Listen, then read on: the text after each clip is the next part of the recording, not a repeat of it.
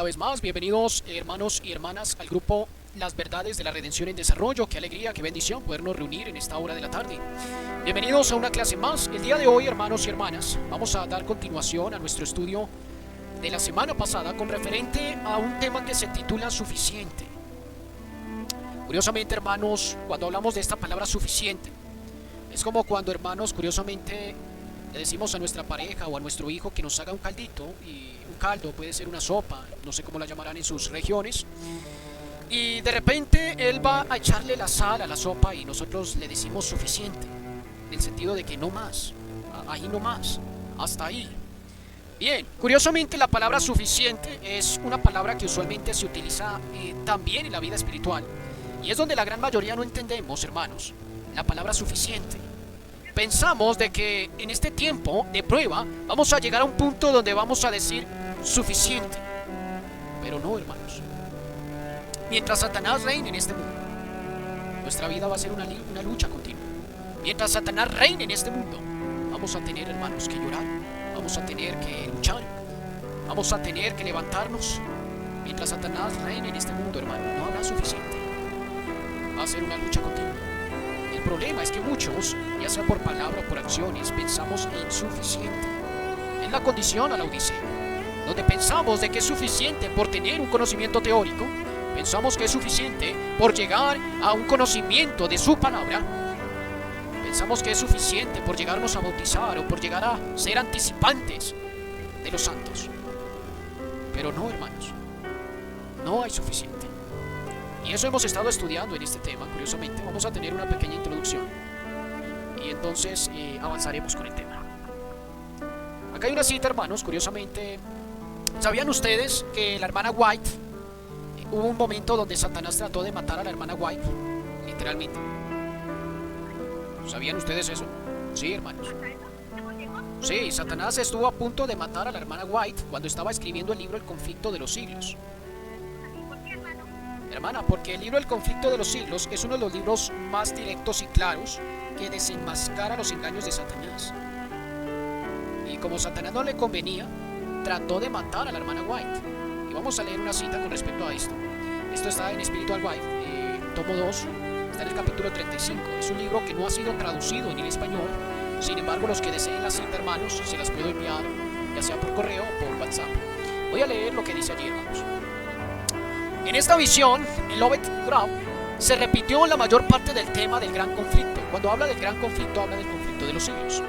Había visto 10 años antes y se me mostró que debía escribirlo.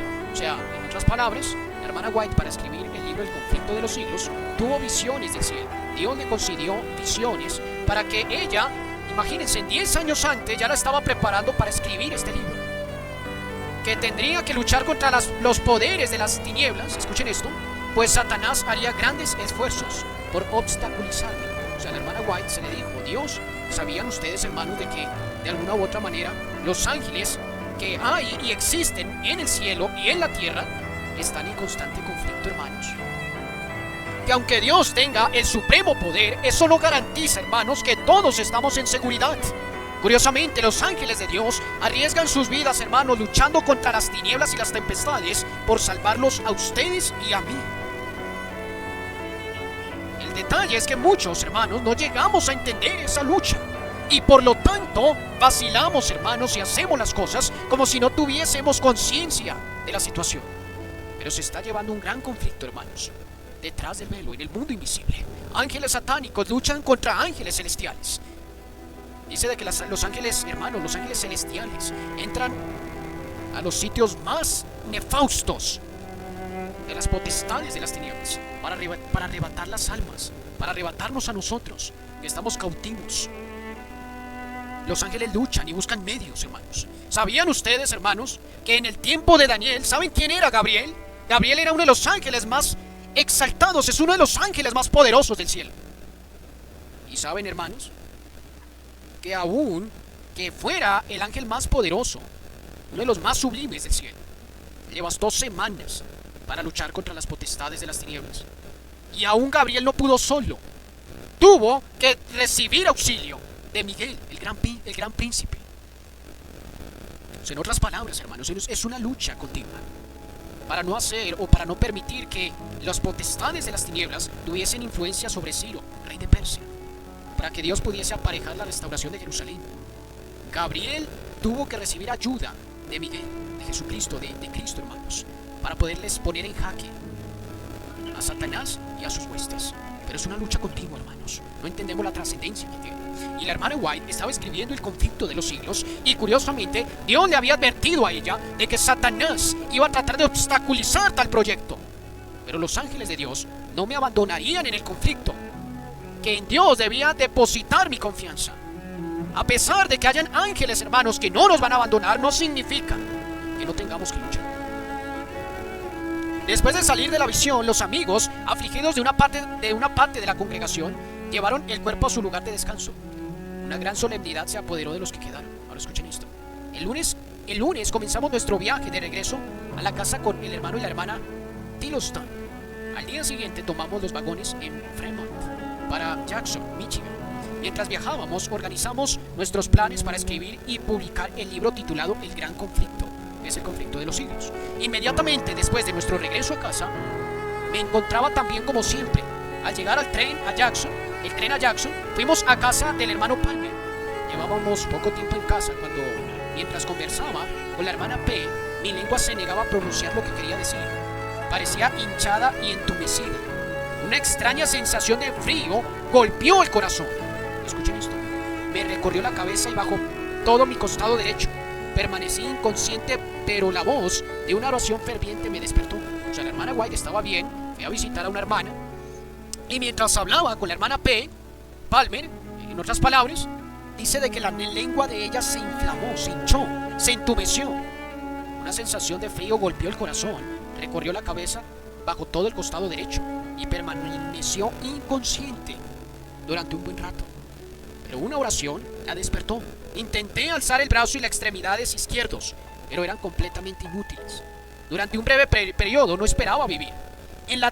Era la tercera parálisis que recibí. O sea, en otras palabras, la hermana White en ese momento empezó a recibir parálisis, como cuando una persona le llega a dar trombosis, de esa manera. Durante un breve periodo no esperaba vivir, y aunque estaba a menos de 80 kilómetros de casa, no esperaba volver a ver a mis hijos. Imagínense la condición y la experiencia de ella. Recordé la época triunfal que había disfrutado en Lovett's Grove, y pensé que era mi último testimonio, y me sentí reconciliado con la muerte. La ferviente oración de mis amigos seguían ascendiendo al cielo para mí, y pronto sentí un hormigueo en el brazo y la extremidad.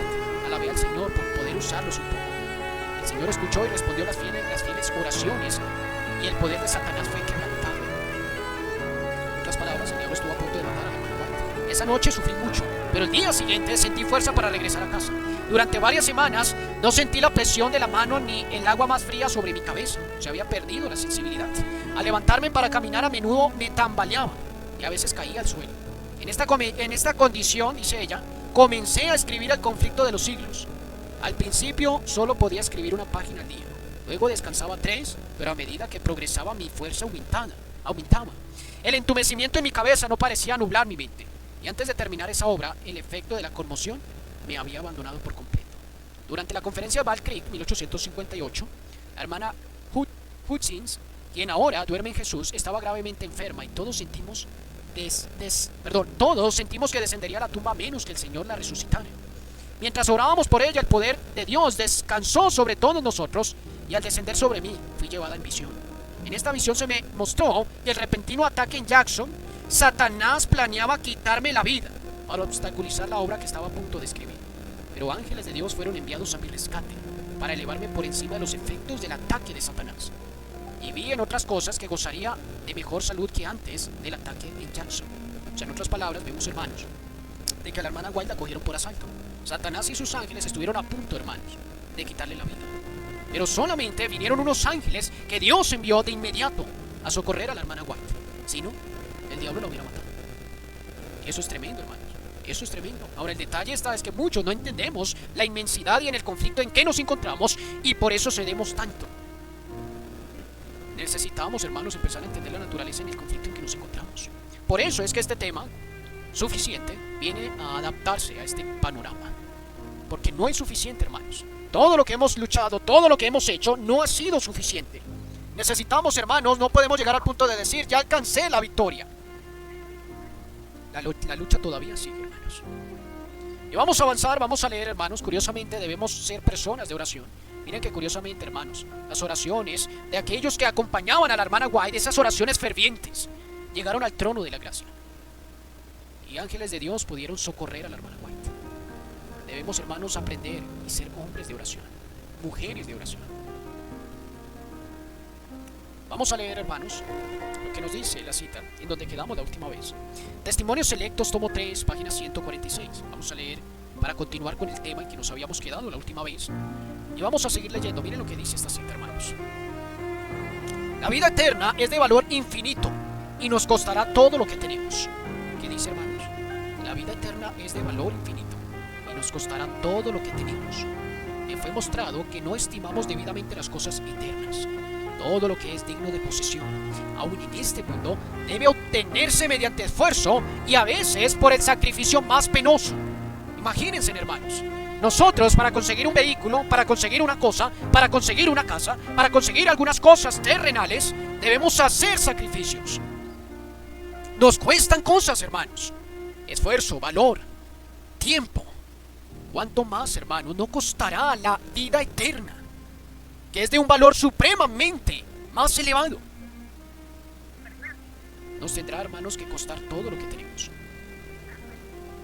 Y ello es tan solo para obtener un tesoro perecedero con referente a las cosas materiales. Estaremos menos dispuestos, hermanos, a soportar conflictos, trabajos y hacer esfuerzos fervientes y grandes sacrificios para obtener un tesoro que es de valor infinito y una vida que se mide con la del infinito. ¿Puede el cielo costarnos demasiado, hermanos? Por eso yo me sorprendo cuando hay hermanos que dicen, no, hermano, si yo tengo que cambiar esto, si yo tengo que llegar de alguna u otra manera a hacer tal cambio, a tener que sacrificar tal cosa, para llegar a experimentar la salvación, la vida eterna, debo decir que estoy condenado. Personas que cambian una presa, yo me pregunto, ¿qué carne comerán para cambiar la vida eterna? Personas que prefieren adoptar las vestimentas mundanas, el lujo, pero ¿con qué ropa se vestirán? ¿Será que es que se bañan en oro o algo similar para cambiar el cielo por eso? Esto es sorprendente, hermanos. Entonces, dice el libro de Lucas 24:19, entonces él les dijo, ¿qué cosas? Y ellos dijeron, de Jesús Nazareno, que fue varón profeta, poderoso en obra y en palabra, delante de Dios y de todo el pueblo. Miren lo interesante, hermanos. Jesús no simplemente era un poderoso profeta por palabra. No simplemente él decía una cosa, no simplemente él predicaba. Más que decir palabras, más que pronunciar o profesar, él vivía, obraba de acuerdo a su fe. Y esto es algo magnífico, hermanos, que debemos aprender. Debemos aprender de que simplemente no tenemos que ser por precepto, por palabra, sino que tenemos que ser por obra. Debemos aprender de que debemos ser por obra, hermanos. No debemos simplemente profesar, miren, soy adventista, tengo feligresía. Miren, voy el santo sábado a la iglesia. Miren, hago una cosa, miren, hago la otra. Eso, hermanos, no significa nada. Debemos aprender, hermanos, que más que por palabra, debemos hacerlo por obra, por acción. Por el poder de Dios, hermanos, debemos, por amor a Dios, despertar y entender que no es suficiente. Dice la página 148, párrafo 3 de Testimonios Selectos, tomo 3. El testigo fiel, que es Cristo, declara que cuando uno supone que está en buena condición de prosperidad, lo necesita todo. No es suficiente que los ministros presenten temas teóricos, deben también presentar los temas prácticos. Necesitan estudiar las lecciones prácticas que Cristo dio a sus discípulos, hermanos. No simplemente temas teóricos, no simplemente Cristo murió por mí y la sangre de Cristo limpia su pecado, sino debemos entender que debe realmente reflejar nuestra vida. Necesitamos estudiar lecciones prácticas que Cristo dio a sus discípulos. Curiosamente, si ustedes miran, hermanos, lo que Cristo le enseñó en su tiempo, sus enseñanzas eran más prácticas que teóricas. Cuando habló hacia los fariseos, les dijo de que sus problemas eran teóricos. El problema era práctico. Ustedes dicen y no hacen. Ustedes hacen prosélitos, pero los vuelven 2 veces más hijos del infierno. Son limpios y bonitos por fuera, pero por dentro están llenos de rapiña. Limpiad primero lo de adentro para que lo de afuera fuese limpio. Las enseñanzas de Cristo fueron prácticos. Cuando el Hijo del Hombre se manifestare en la tierra, se sentará en su trono de gloria, reunirá a las naciones delante de sí. Dirá a unos, pondrá unos a la derecha, otros a la izquierda. ¿Y qué dijo? ¿A quiénes les dirá? ¿Les habló acerca de teoría a ellos? A los de la izquierda y derecha, ¿qué les dijo? ¿Por qué no hicieron tal cosa? No me vistieron, no me visitaron. Esto es sorprendente, hermanos. Aún aquellos que conocían mucho y sacaban demonios, en una parábola que Jesús les dijo: no os conozco, apartados de mí, hacedores de maldad. Noten, hacedores. Podían en el nombre de Cristo hacer muchas cosas, pero no eran sus acciones. Porque Cristo da este testimonio de reprensión.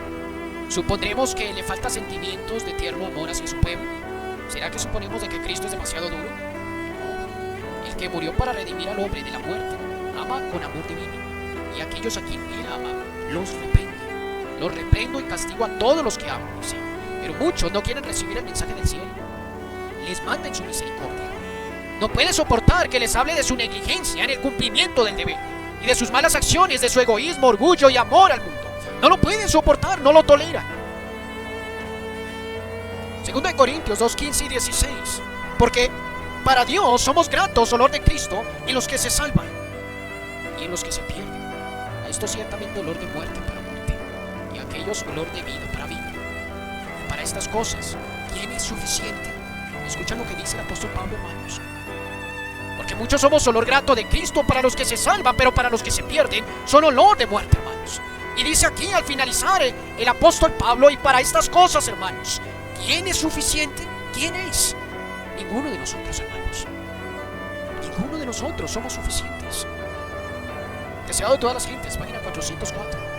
Nos lo había dicho, hermanos, hace muchos años. Párrafo 2. No era suficiente que los discípulos, hermanos, fuesen instruidos en cuanto a la naturaleza de su reino. No era suficiente. Lo que necesitaban ellos era un cambio de corazón, que los pusiese en armonía con sus principios, hermanos. Llamando a un niñito así, Jesús lo puso en medio de ellos, lo trajo. ¿Y qué les dijo, hermanos? Y luego, rodeándole tiernamente en sus brazos, dijo: de cierto os digo, que si no os volvéis y fuereis como niños, no entraréis en el reino de los cielos. La niñez, el olvido de sí mismo, el amor confiado del niñito son los atributos que el cielo aprecia. Son las características de la verdadera grandeza, hermanos. O sea, en otras palabras, muchos niños de nuestra generación son más grandes ante el cielo que nosotros los adultos. Tienen verdadera grandeza, hermanos, porque tienen características que nosotros, los mayores, no poseemos. Y Cristo desea que poseamos eso. Cualquier hábito o práctica, dice el párrafo 3, que pueda inducir a pecar y traer deshonra sobre Cristo, debe ser desechado, o lo que costare. Lo que deshonra a Dios no puede beneficiar el alma. La bendición del cielo no puede acompañar a un hombre que viole los eternos principios de la justicia. Y un pecado acariciado es suficiente, hermanos, solo uno, para realizar la degradación del carácter y extraviar a otros. Si para salvar el cuerpo de la muerte uno se cortara un pie o una mano, aún se arrancaría un ojo. Con cuánto más fervor debiéramos desechar el pecado que trae muerte. Es un llamado de atención, hermanos, que el cielo nos hace. Y cuando nos pica una culebra, y cuando recibimos cualquier tipo, hermanos, de injerto de alguna toxina, estaríamos dispuestos a mutilar nuestro cuerpo. Con cuánto, hermanos, debiéramos mirar el pecado de esa manera. Algo que debiésemos rechazar, algo que debiésemos, hermanos, hastiar, algo que no debiésemos acariciar, ya que eso nos causa muerte, hermanos, sino una simple muerte temporal, una muerte eterna. Dice Testimonios para la Iglesia, Testimonios Selectos, tomo 3, página 42. Algunos han preguntado: ¿debo estar siempre en guardia y ejercer continuamente una restricción sobre mí? Me ha sido mostrado que tenemos delante de nosotros una gran obra que hacer, en escudriñar nuestros corazones y velar sobre nosotros mismos con cuidado celoso. Debemos aprender cuáles son los puntos en que faltamos y luego precavernos al respecto. Deberíamos tener un perfecto dominio de nuestro genio. ¿Qué dice, hermano, la cita? No un simple dominio, un perfecto dominio, hermanos, de nuestro genio. Si alguno no ofende en palabra, este es varón perfecto, que también puede con freno gobernar todo el cuerpo. La luz que resplandece sobre nuestra senda, la verdad que se recomienda a nuestra conciencia, condenará y destruirá el alma, o la santificará y transformará. ¿Qué dice, hermanos? Sí. la luz y la verdad que conocemos, hermanos. Va a ser una de dos cosas. Lo va usted, hermano, a condenar y destruir, o lo va a santificar y transformar. Eso depende de usted y de mí, querido hermano y querida hermana. Si lo que creemos lo ponemos en práctica, permitimos que el poder de su palabra se ejerza y podamos llegar a perfeccionar su carácter, eso nos va a santificar y transformar. Pero si endurecemos nuestros corazones, no vivimos la verdad que creemos, eso nos va a condenar y destruir. Estamos viviendo demasiado cerca del fin del tiempo de gracia para conformarnos con una obra superficial, hermanos. La misma gracia que hasta aquí hemos considerado como suficiente no nos va a sostener. ¿Qué dice, hermanos? Sí, la gracia que hasta aquí nos ha acompañado ya no es suficiente. Nuestra fe debe aumentar y debemos ser semejantes a Cristo en conducta y disposición a fin de subsistir y resistir con éxito las tentaciones de Satanás. La gracia de Cristo es suficiente para todos los que siguen a Cristo, hermanos. Es momento de que nuestra fe aumente para llegar a ser semejantes a Él. No nos podemos, hermanos, conformar a una obra superficial. No nos podemos conformar a que, oh Señor, has cambiado mi alimentación, has cambiado mi vestimenta. No nos conformemos a ello. Debe transformar todo el ser, convertir, hermanos, todo el ser. No hay nada más, hermanos, que le ofenda a Dios. Que lleguemos a un estado farisaico donde podamos vestirnos, podamos hasta ayunar días, pero nuestro corazón, nuestro carácter siga siendo deformado, siga siendo al modelo de Satanás, hermanos. No hay nada más que le ofenda a Cristo que eso. Porque aparentamos religión, pero nuestro carácter, nuestra vida interna, nuestro corazón sigue sirviendo al pecado. No hay nada más que le ofenda a Cristo que eso. No debemos conformarnos con una obra superficial. Es importante el cambio de alimentación, de la vestimenta, pero no es más importante, hermanos, que un cambio de corazón, que un cambio de carácter. Y todo lo demás tiene que ser un resultado. ¿Acaso las palabras de Cristo no fueron claras? Limpiad primero lo de adentro, y entonces lo de afuera será limpio. Por eso muchos entramos en polémica y en problemas con respecto a cómo comer, cómo vestir, porque no hemos hecho un cambio interno en nuestro corazón para que lleguemos a entender de una forma clara y genuina cómo debiera ser el tema y la convivencia, especialmente con respecto a la alimentación y a la vestimenta. Y por eso tenemos tantos problemas, porque no ha habido un cambio de corazón. Si Cristo habitara en nosotros, hermanos, no tendríamos que tener clases de alimentación, no existirían clases de vestimenta. Posiblemente este tipo de clases y este tema no se expondrían nunca. Pero como todavía, hermanos, tenemos la necesidad no de una obra superficial, sino una obra interna, tenemos la necesidad de que Cristo permanezca en nosotros y que debemos ser santificados y transformados. Y es que Cristo nos da estos temas para que entendamos realmente, hermanos, en dónde se centraliza actualmente el plan de la redención.